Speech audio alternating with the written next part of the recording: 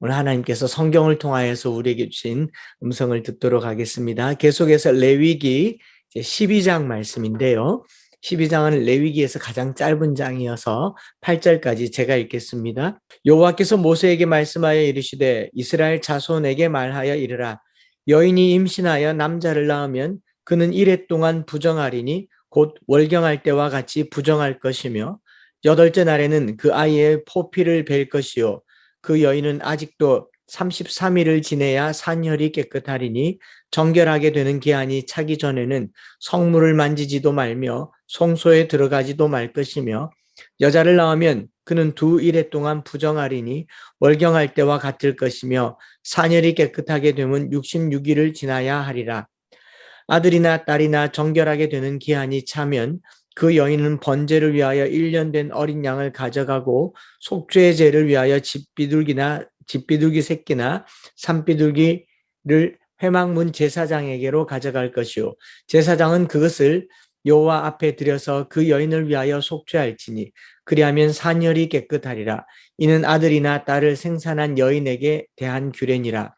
그 여인이 어린 양 바치기에 힘이 미치지 못하면 산비둘기 2마리나 집비둘기 새끼 2마리를 가져다가 하나는 번제물로 하나는 속죄제물로 삼을 것이요 제사장은 그를 위하여 속죄할지니 그가 정결하리라. 아멘. 우리에게 주신 레위기 말씀을 통하여서 함께 은혜를 나누려고 합니다. 지난번에는 레위기 11장, 11, 12, 13, 14, 15장은 아론의 아들이 죽은 후에 하나님께 나아가는 자들의 정결, 부정을 어떻게 제거할 것인가를 말하는 내용이죠. 그 중에서 음식물에 대한 규례를 참 우리가 들어보지도 못한 많은 짐승들의 이름들을 우리가 보게 되는데요.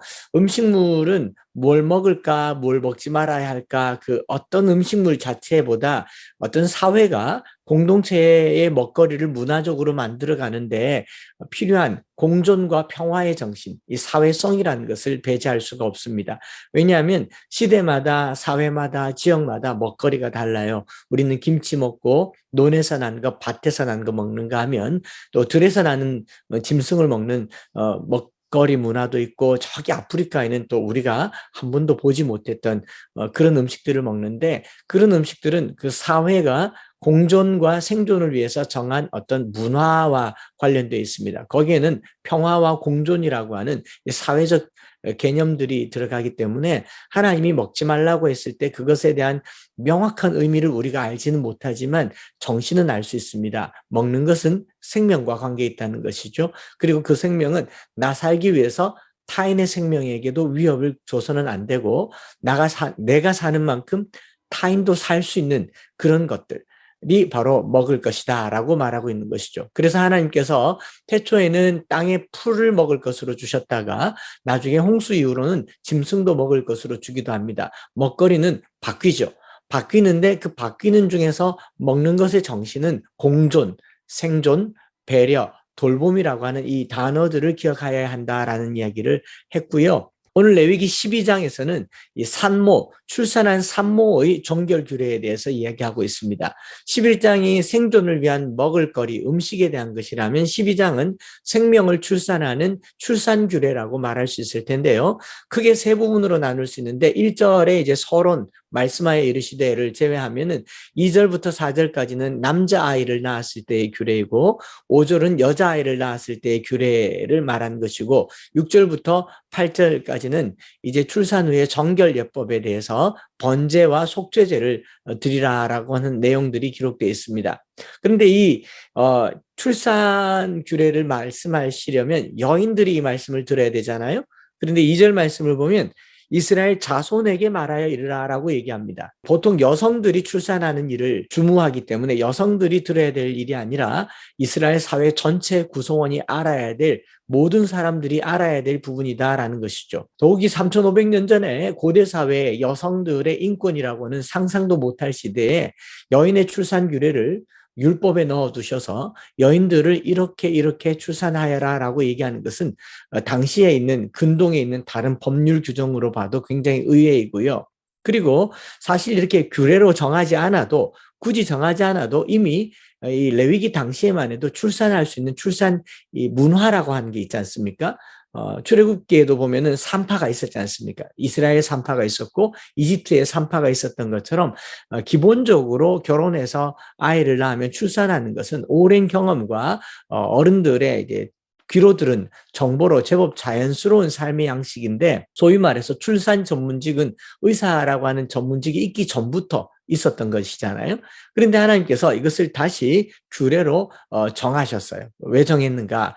누구를 알려고 정했는가를 보면 모든 이스라엘이 알아야 된다는 거죠. 여성들만의 은밀한 이야기도 아니고 여성들만의 그 하찮은 일도 아니고 모두가 알아야 될 중요한 이야기다라는, 여기서부터 12장을 읽었으면 좋겠습니다. 우리나라에도 100년 전, 아니 뭐 50년 전만 해도 아내가 출산할 때 남편 뭐 했습니까? 요즘은 산부인과도 같이 가고 분만실에도 같이 들어가지만 뭐 50년 전, 60년 전 부인 출산할 때 남편은요, 출근했습니다. 직장에 가고 밭에 가고 들에 가고 논에 있었어요. 우리 어른들은 아들들에게 말하기를 남자가 절대로 가까이 가면 되지 않는 것이 출산하는 자리, 주방, 뭐 이런 곳이었거든요. 그런데 3,500년 전에 모든 이스라엘이 알아야 될 출산 규례를 말하고 있다. 이거 좀 귀 기울여 볼 만하다라는 것이죠. 성경 곳곳에서 피와 관련된 이야기를 할 때에, 생명을 다룰 때에 생명은 하나님의 것이다라고 했고, 시편 127편에서는 자식은 여호와의 주신 기업이요 태의 열매는 그의 상급이로다.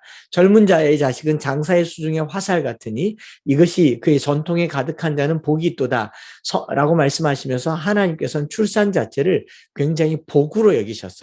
그런데 오늘 성경 말씀을 이렇게 보면 출산한 아이를, 남자나 여자를 출산하면 여인이 어떻다고 얘기하냐면 부정하다라고 얘기하거든요. 부정하다라고 말하고 있는가 하면 심지어는 이 정결의 규례가 다 끝나고 나서는 7일간 부정하고 14일간 부정하고 정결하게 되는데 33일 남자, 여자는 66일이 지나고 난 후에 번제와 속죄제를 드리라라고까지 얘기합니다. 하나님께서 자식은 선물이라고 하였고 태의 아이는 장사의 수중의 화살과 같다. 이것이 전통에 가득한 자는 복되도다라고 말했는데, 레위기를 읽어보니까 출산하는 게 죄인 것 같은 느낌을 받는 거죠. 속죄제를 드리라고 하고 부정하다라고 얘기를 하니까, 이런 본문들이 가부장 사회를, 문화를 거치면서 여인들의 출산을 아주 하찮거나 부정하게 여기는 이런 문화를 만들었던 것 같아요. 경사스러운 일이 바로 출산하는 일인데 왜 부정하게 되는지, 또 왜 부정에 성별하게 하는 이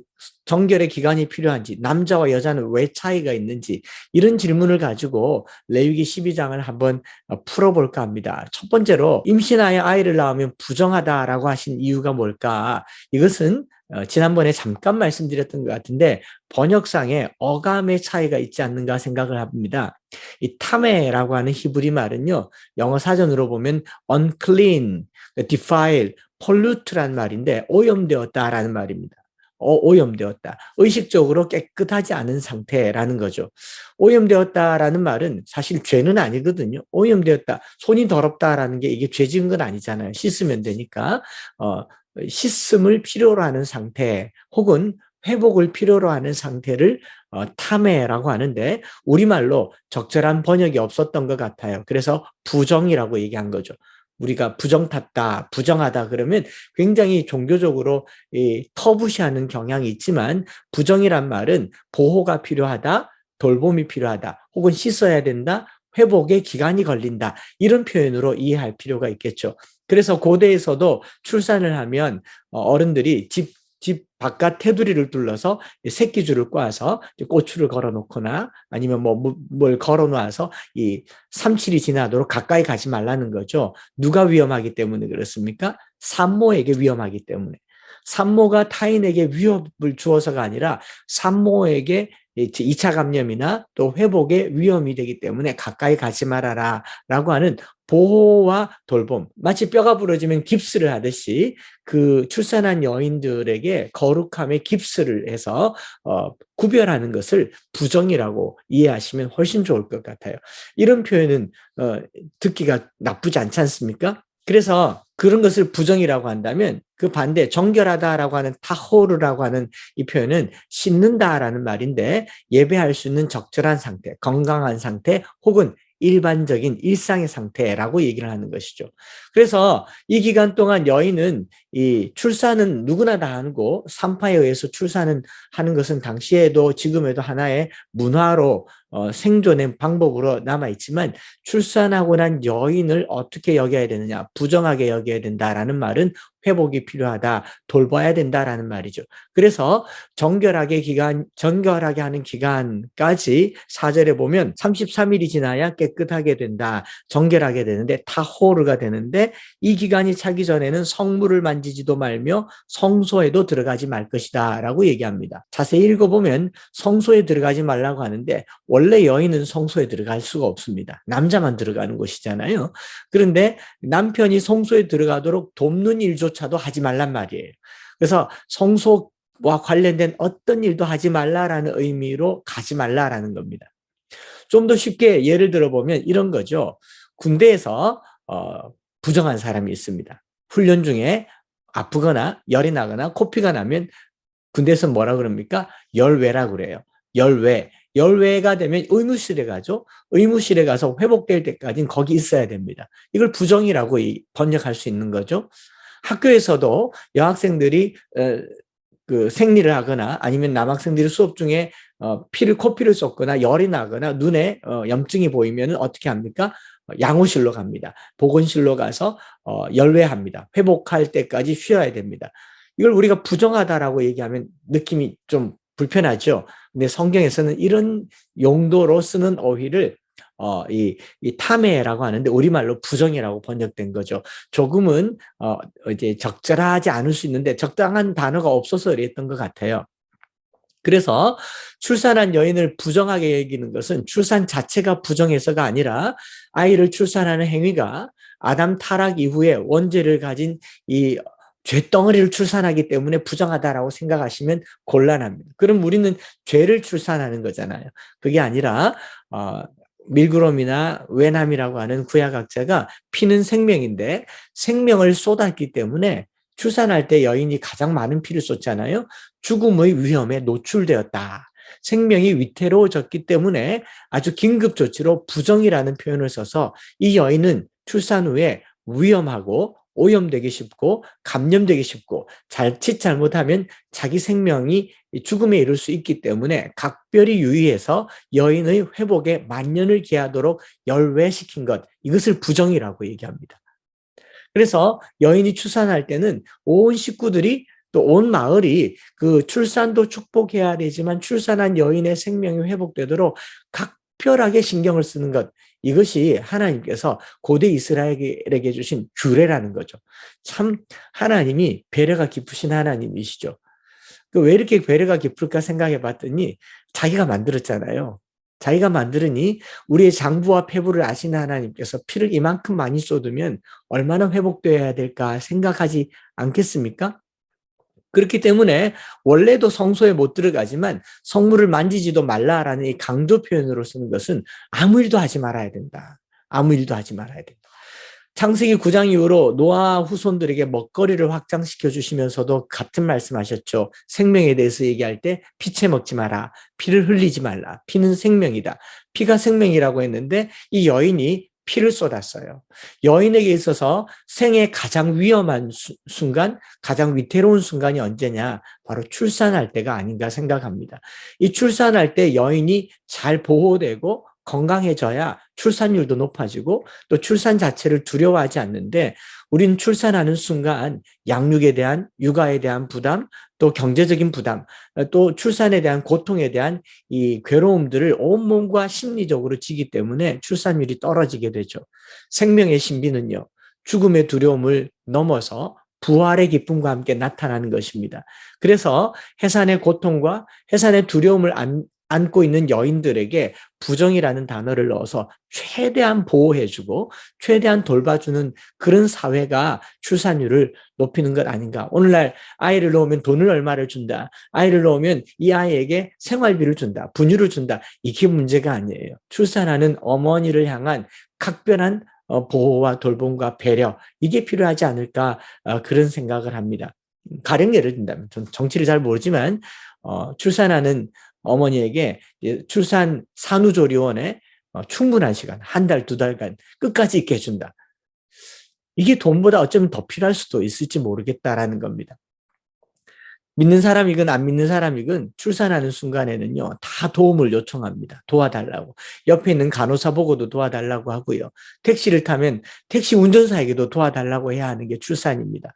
간호사가 조금만 참으세요, 조금만 참으세요 그러면 막 소리 질러요. 너는 애기 안 놓냐고. 해산할 때 남편 곁에 없으면 그 남편 참 평생토록 원망하고 한이 되는 게 출산이잖아요. 왜 그렇겠습니까? 이 생명을 출산하기 위해서 죽음의 문턱을 넘어서기 때문에 그렇습니다. 잉태의 시간도 길고 출산의 과정도 고통스럽고 회복에도 많은 시간이 걸리는 것이 출산입니다. 이 여인의 출산에 대해서 누가 들어야 되느냐? 여인들은 다 알아요. 누가 들어야 돼요? 온 이스라엘이 들어야 됩니다. 여기에 앉아 계신 남성분들이 들어야 되고 어른들이 들어야 됩니다. 많은 시간을 내어줘야 되죠. 그리고 좀 더 나아가서 생각을 해보면요. 남자와 여자의 출산의 부정의 기간에 왜 이렇게 차이가 있느냐. 2배가 차이 있잖아요. 남자는 40일, 여자는 합해서 80일이란 말을 하는데 이 기간의 차이를 우리는 잘 알지를 못합니다. 그러다 보니 의사들이나 학자들이 다양한 해석을 내어요. 그래서 브라운과 같은 이 구약학자는 디모데전서 2장 14절 말씀에 아담이 꾀임을 보지 않고 여자가 꾀임을 받았으니 여자가 죄를 지었기 때문에 여자를 출산했을 때는 부정이 길어진다. 그래서 부정을 해소하는 시간을 길게 잡았다라고 얘기를 하는데 사실 뭐 과학적인 근거도 의학적인 근거도 신학적인 근거도 찾아보기는 어렵고요. 여자를 악의 기원이 되는 불평등의 해석을 하는 그런 해석이 있는가 하면 어떤 의사분들은 이 여자아이를 출산했을 때 출혈이 더 길기 때문이라고 하는가 하면 여자아이를 출산했을 때 호르몬이 아들을 출산했을 때보다 여성 호르몬을 많이 빼앗기기 때문에 많이 회복된다라고 하는데 뭐 이것도 검증된 바는 없는 것 같고요. 제가 여러 의사들에게 물어봤는데 잘 모르겠대요. 다만 알 수 있는 것은 고대 사회의 여러 관습과 문화에서 남아를 선호하는 사회에서 아이를 낳았을 때 이 여인은 과연 보호받을 수 있을까? 못 받았겠죠. 우리나라만 해도 아들 낳으면 한 달간 푹 쉴 수 있는데 딸 낳으면 바로 일어나서 그 기저귀 빨아야 되잖아요. 바로 논에 가서 일해야 되지 않습니까? 그런 어떤 남아 선호 사상의 그런 성향들을 고려해 봤을 때 하나님께서 의도적인 과장이라고 해야 할까요? 그래서 고대의 이 문헌들을 보면 임신 중에 여인은 부정하여 출산 전 2개월 동안 격리되어 있었던 이집트나 인도나 바벨론, 히타이트의 문서들을 볼 수 있고요. 또 태어난 아이가 남자이면 이 3개월, 여자이면 4개월에 산모가 회복하라라고 하는 페르시아의 고대 문명 국가의 문서들을 통해서도 볼 수 있는 것처럼 고대나 지금이나 출산했을 때에 어떤 이런 수고를 감당한 여인들을 향한 각별한 보호와 돌봄이 필요하다라는 것을 알게 되죠. 출산하는 기간 동안 여인은 철저히 보호를 받아야 되고요. 뿐만 아니라 사실 여인이 피를 많이 쏟는 기간이 출산 때만 있는 것은 아니죠. 생리할 때도 마찬가지입니다. 저기 뒤에 유출에 대해서 정상적인 유출에 대해서도 나오는데 이 생명과 관련된 피를 쏟았을 때의 하나님의 각별한 조치를 우리가 알 수 있는데요. 이 강력한 제의적이고 의식적인 용어를 통해서 여인을 보호하려고 하는 하나님의 돌봄이다라고 하는 겁니다. 21세기가 된 지금에서도 남녀의 차별을 우리가 극복하기 위해서 많은 애를 쓰는데 고대 사회에서 하나님은 진작부터 여인을 함부로 대하지 않도록 이 부정이라고 하는 강력한 단어를 통해서 여인을 보호하고 있다라는 걸 알게 되죠. 그래서 이 딸 낳았을 때는 더 강화시킴으로 딸을 놓은 것을 죄책감을 갖지 않도록 하는 것, 이것이 홀대받기 쉬운 또 소외되기 쉬운 여성들을 향한 하나님의 배려라는 것을 알게 되는 겁니다. 만약에 하나님께서 알아서 쉬어라, 충분히 쉬어라 라고만 말했더라면 고대 사회에 누가 함부로 쉬겠습니까? 어떤 회사에 가서 저 좀 쉴게요 라고 얘기했는데 사장님이 알아서 쉬고 와 그러면 며칠간 쉬겠습니까? 기왕이면 사흘 쉬고 오세요. 일주일 쉬고 오세요. 한 달 유급 휴가, 무급 휴가 가세요. 날짜를 정해주면 훨씬 마음이 편하죠. 그래서 하나님께서 여자들만 모아서 말씀하시지 않고 모든 이스라엘 백성들에게 40일 혹은 80일이라고 하는 날짜를 정해줌으로 그 여인의 쉴 권리를 보장해 주는 것이 바로 레위기가 말하고 있는 여인, 출산한 산모를 향한 돌봄이다라는 것을 알게 됩니다. 그래서 저는 이 레위기 말씀을 이렇게 보면서 우리 하나님이 어떤 분이실까를 알게 되죠. 하나님은 참 우리를 사랑하시고 장부와 폐부를 아시고 우리가 회복되어야 할 때를 아시고 우리가 일해야 될 때를 아시고 성전에 나가야 될 때 또 나가지 말아야 될 때를 우리를 중심으로 보고 계신다라는 겁니다. 안식일을 지키라고 하는 것도 하나님을 위해서가 아니라 쉼없이 일하는 우리에게 끊음을 통해서 그날 나를 만나자라고 하는 날을 정해줌으로 쉬게 해주시는 것.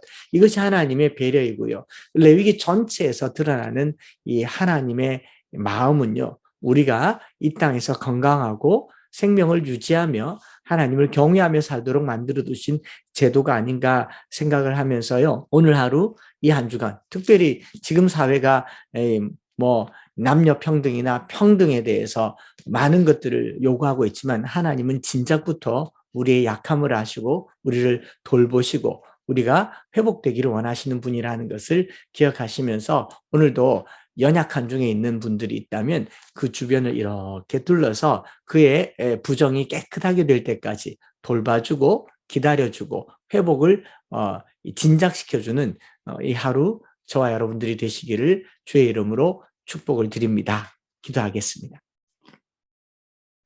하나님 아버지, 우리가 이 땅에 생명으로 나서 생명을 이어가는 소중한 존재로 살아가고 있음을 감사합니다. 우리는 살면서 죽겠다, 죽겠다, 조금 있으면 죽고 싶다라는 말까지 하면서 죽음을 쉽게 생각하지만 하나님께서는 생명을 귀히 여기시고 죽음을 멀리 하시도록 죽음과 관련해서는 부정이라는 표현을 써서까지 보호하시고 돌보시고 결국 그리스도의 십자가를 통하여 우리에게 영생을 주시는 하나님이신 줄 믿습니다. 하나님, 우리가 이 죽음을 넘어 영생에 이르도록 생명을 보호하는 귀한 성도들로 살게 하여 주옵소서. 특별히 연약한 자들을 돌보고 여성들의 출산과 다음 세대와 자녀들을 돌보는 일에 서로의 부정을 제거하고 정결하게 되도록 보호하고 돌보는 이 일에 모든 에너지를 쓸 수 있도록 도와주시옵소서. 구주 예수 그리스도의 크신 은혜와 아버지 하나님의 말로 다 알 수 없는 사랑하심과 성령 하나님 위로 교통 충만 역사하심이 오늘 우리의 연약함을 아시고 우리의 생명의 위태로움을 아시고 보호하시고 돌보시고 그리스도의 십자가로 덮으시며 그 은혜로 살기를 소망하는 사랑하는 규장 가피풀 그리고 모든 성도들 머리 위에 이제로부터 영원토록 함께 있을지어다. 아멘.